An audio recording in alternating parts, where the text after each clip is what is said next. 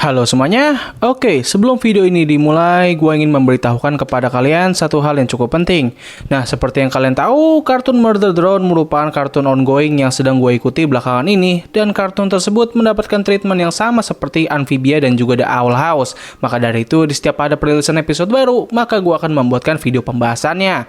Nah, tapi untuk kasus Murder Drone, ini mungkin bakal agak berbeda dengan Amphibia dan The Owl House. Karena untuk kartun ini, gue membutuhkan beberapa waktu untuk bisa memahami setiap episode yang baru saja rilis. Soalnya di kartun suka banget ngasih cerita yang kadang bikin gue bingung dan minim banget penjelasannya.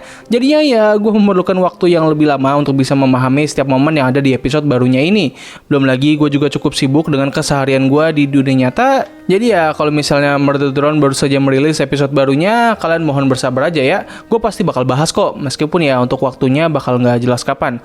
Jadi ya mungkin itu aja sih yang pengen gue kasih tahu. Dan dikarenakan pembuka video ini sudah cukup panjang, mending kita langsung masuk aja ke pembahasan dari episode kelima kartun Murder Drone dalam 3, 2, 1.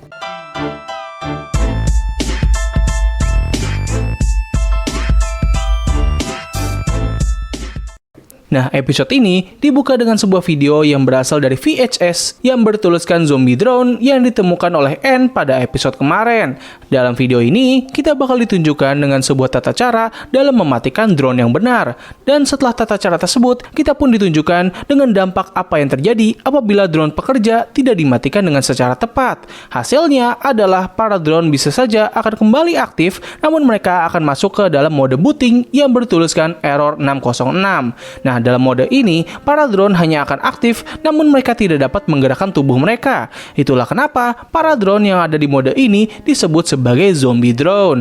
Maka dari itu, siapapun yang sedang mengendalikan drone pekerja harus bisa melakukan prosedur ini. Kalau tidak, para drone yang sudah mati bisa saja hidup kembali, bahkan dalam waktu hingga 5 tahun lamanya. Nah, setelah itu, kita pun ditampilkan dengan seekor burung gagak yang berada di tumpukan para mayat dari drone pekerja yang sudah mati. Salah satu drone yang berada di dalam tumpukan tersebut tiba-tiba saja kembali aktif, lalu disusul dengan para drone yang lainnya.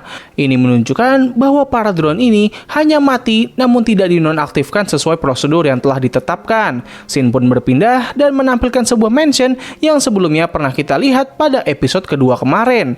Yap, mansion ini merupakan tempat di mana Anne, Jay, dan juga V dulunya bekerja untuk para manusia. Di dalam mansion ini, kita bisa melihat terdapat sangat banyak sekali drone yang sedang mengalami booting tanpa alasan yang jelas. Nah, uniknya, para drone yang mengalami booting ini terlihat seperti sedang melakukan aktivitas yang normal. Yang itu berarti, proses terjadinya masalah booting ini tidak hanya terjadi kepada drone yang sudah mati, namun mereka-mereka yang masih aktif juga bisa mengalami masalah ini. Nah, lalu apa sih yang mengakibatkan mereka bisa menjadi seperti ini? Well, sebenarnya masih belum ada jawaban yang pasti. Cuman menurut beberapa pembahasan yang ada di internet, penyebab kenapa para drone aktif ini bisa mengalami booting adalah karena sistem operasi yang menjalankan mereka sedang mengalami error ataupun rusak, yang mana ini mengakibatkan sistem AI yang berada di dalam diri mereka bisa saja bangkit dan mengambil alih tubuh mereka. Yap, sistem AI tersebut adalah The Absolute Solver. Nah, setelah itu, kita pun diperlihatkan dengan karakter Anne yang tidak mengalami masalah booting ini. Ketika Anne sedang membaca sebuah buku yang merupakan reference dari film 101 Dalmatians, ia pun melihat di sebelahnya terdapat V yang sedang memasuki mode booting. Tetapi dikarenakan Anne tidak mengetahui masalah tersebut, ia pun segera pergi meninggalkannya. Anne pun berjalan menuju tempat bartender, di mana ia bertemu dengan seorang drone kecil yang bernama Sin. Nah, Sin sendiri merupakan drone yang diperkenalkan oleh Tessa pada episode kedua, dan juga drone yang dilihat oleh Anne pada episode kemarin ketika ia menyentuh kaset VHS yang bertuliskan zombie drone. Nah, tapi tanpa Anne ketahui, Sin ini sebenarnya sudah menjadi inang dari The Absolute Solver. Hal ini bisa dilihat dari bentuk siluet atau bayangan dari Sin yang mirip banget dengan bentuk The Absolute Solver pada episode kedua. Dan juga suara yang dikeluarkan oleh Sin merupakan suara yang sama dengan The Absolute Solver. Belum lagi dengan cangkir yang dipegang oleh Sin yang berisikan sebuah oli dan juga robot kecoa, ini semakin membuktikan bahwa Sin lah yang telah menyebabkan masalah booting pada mansion tersebut, dan sepertinya ia juga telah menghabisi seorang drone. Nah, lalu bagaimana dengan darah yang tiba-tiba jatuh dari atas dan terdapat tulisan yang memperingati Anne untuk segera pergi menuju basement? Well, untuk yang satu ini bakal gue jelaskan nanti. Nah, setelah itu Anne pun segera mengajak Sin untuk pergi menuju ruangan perjamuan acara gala yang diselenggarakan oleh keluarganya Tessa. Di sana kita pun diperlihatkan dengan Jay dan juga Tessa yang sedang terlihat sangat gugup dengan acara ini. Nah, terdapat detail-detail yang menarik yang ada di momen ini. Pertama adalah dari kedua orang tuanya Tessa yang terlihat sangat tidak menyukai para drone dan cenderung memperlakukan mereka dengan sangat buruk. Hal ini berbanding terbalik dengan Tessa yang justru sangat menghormati dan sangat menyukai para drone. Nah, melihat dari perlakuan yang ditunjukkan oleh kedua orang tuanya Tessa, ada kemungkinan bahwa para drone yang mati pada awal episode merupakan para drone yang bekerja di mansion mereka. Dan dikarenakan mereka berdua sangat tidak peduli terhadap drone, maka dari itu sangat masuk akal apabila mereka asal membuang para drone yang telah mati tanpa melakukan prosedur yang benar. Detail menarik yang kedua adalah dari hubungan antara Tessa dan juga keluarganya yang terlihat sangat tidak harmonis. Hal ini bisa dilihat dari Tessa yang sedang mengusap lengannya seperti ia baru saja mendapatkan perlakuan yang tidak mengenakan. Dan setelah momen ini, kita bisa mengetahui bahwa selama ini Tessa selalu mendapatkan hukuman di rantai apabila ia membuat kedua orang tuanya kesal. Gue cukup suka sih bagaimana mereka menampilkan karakter manusia pada episode ini hanya dengan bentuk siluet saja. Rasanya seperti mereka hanya ingin kita bisa lebih berfokus kepada para drone saja, namun mereka tetap menjadikan karakter-karakter manusia sebagai bagian yang penting dalam cerita. Gue harap mereka bisa terus melakukan hal ini karena ya gue lebih suka sih ketika mereka menunjukkan desain para drone-nya saja ketimbang para manusianya.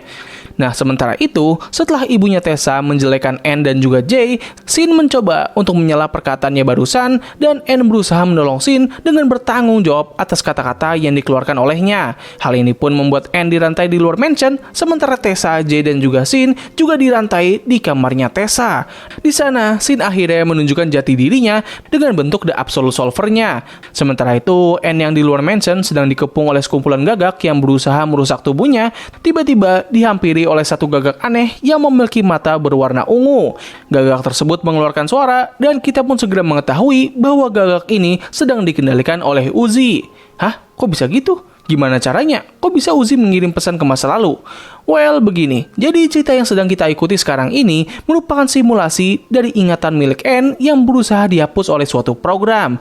Jadi kemungkinan besar ketika mereka bertiga sedang menginvestigasi isi dari kaset zombie drone, sistem operasi yang ada di dalam tubuhnya Anne berusaha untuk menghapus ingatannya dan di waktu yang bersamaan Anne dan juga Vi langsung tidak sadarkan diri. Maka dari itu, Uzi pun mengakses ingatan tersebut agar ia bisa mencari tahu siapakah yang berusaha menghilangkan ingatan Anne dan sekaligus mencari jawaban dari masalah yang sedang ia alami. Nah, dalam proses ini, Uzi dapat mengubah atau bahkan mengendalikan ingatan tersebut. Salah satu contohnya adalah ia dapat merasuki seorang individu seperti burung gagak agar ia bisa berkomunikasi dengan Anne. Ataupun kalau misalnya kalian ingat, di momen sebelumnya, Anne sempat mengalami berbagai kejadian aneh seperti tulisan-tulisan yang tiba-tiba muncul dan berbagai fenomena aneh yang berusaha meminta Anne untuk pergi menuju basement.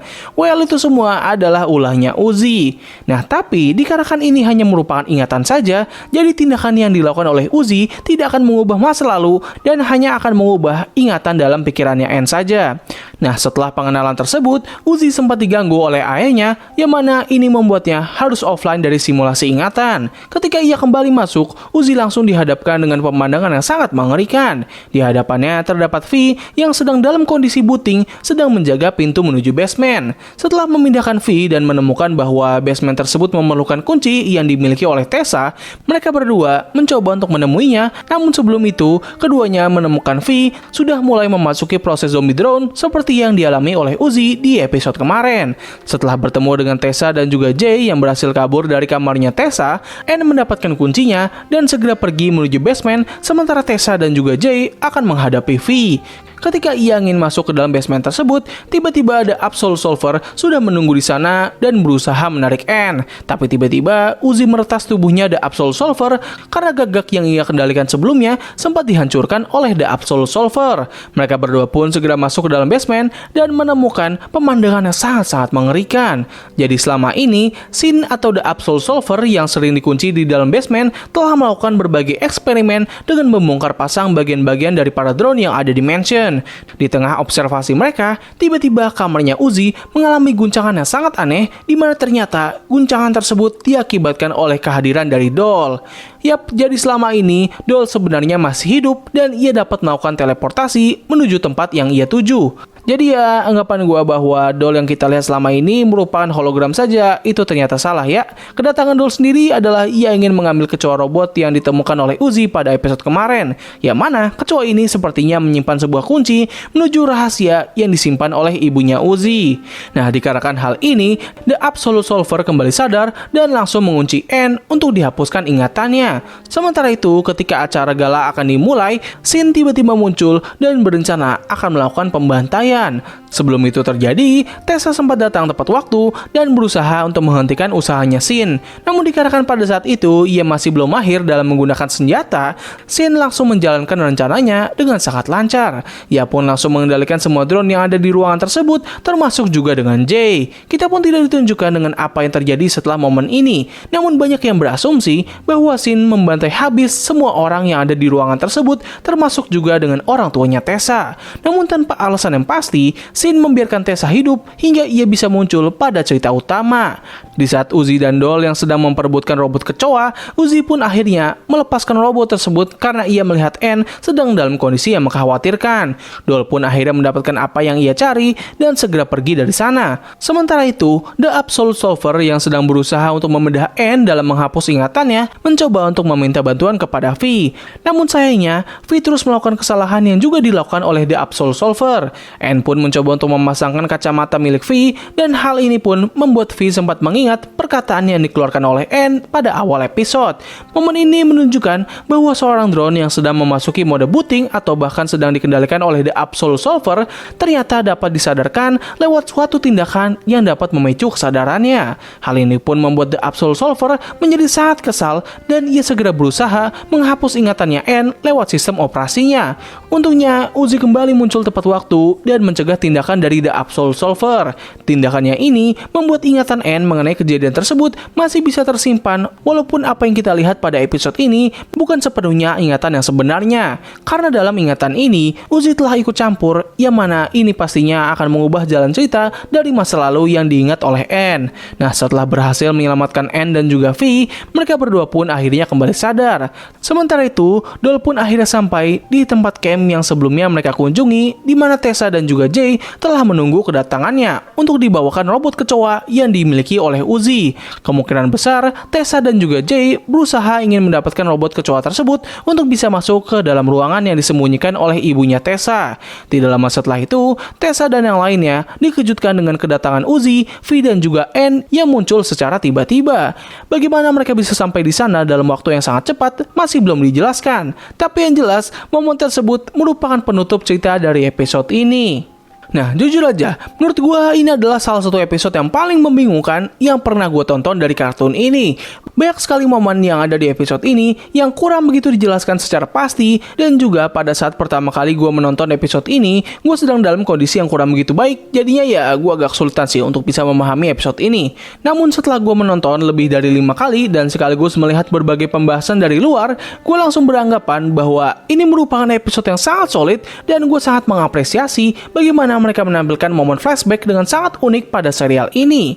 Yes, mereka nggak secara gamblang menunjukkan momen flashback tersebut, namun mereka juga mengkaitkannya dengan waktu yang sedang berjalan.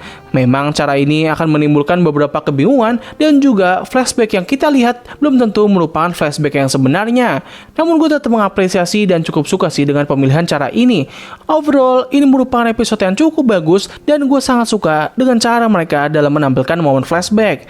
Nah, satu aspek lagi yang perlu diapresiasi dari episode ini adalah dari unsur horornya yang sangat kental. Yang mana ini sangat sesuai sih, karena ya ini kartun punya genre horor dan unsur horor yang ada di episode ini itu benar-benar bagus banget. Bahkan menurut gue ini merupakan salah satu yang paling bagus di sepanjang series ini.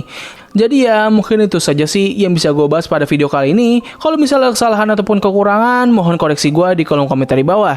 Jadi terima kasih atas waktu yang telah kalian luangkan untuk menonton video gue. Gue undur diri, sampai ketemu lagi di video selanjutnya. Bye!